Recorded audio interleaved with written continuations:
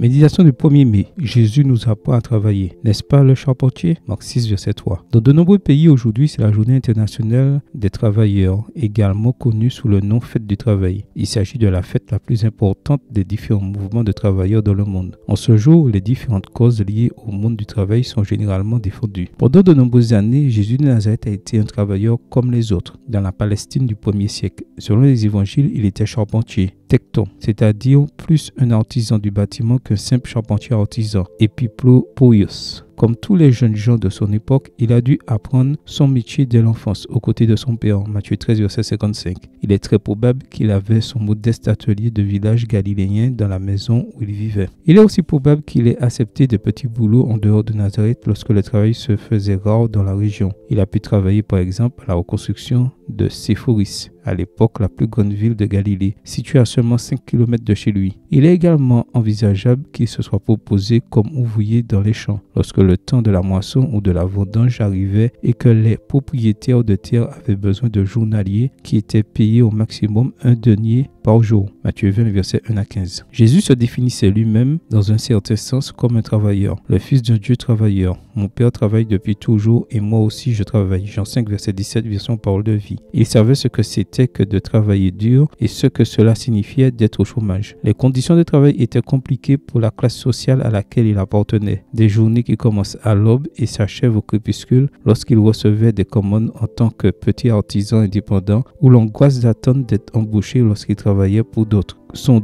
denier quotidien ainsi que celui de ses frères étaient nécessaires pour soutenir l'économie familiale, sans doute précaire. Mais un jour, il décide de changer de métier. D'artisan, il devient maître d'œuvre itinérant. Il continue à construire, mais pas des bâtiments, des vies. Ses poutres ne servaient plus à construire des maisons, mais à construire son église. Ses jougs ne servaient plus à répartir les charges entre les bœufs, mais à partager les fardeaux de ceux qui croulaient sous le poids de leurs problèmes. Ce jour-là, Jésus, enseignant novice, a commencé à changer le monde. Et 2000 ans plus tard, il est toujours à l'œuvre. Aujourd'hui, Seigneur, je veux que tu m'apprennes à travailler aussi bien que toi. Amen. Bonne journée à vous et que le Seigneur vous bénisse.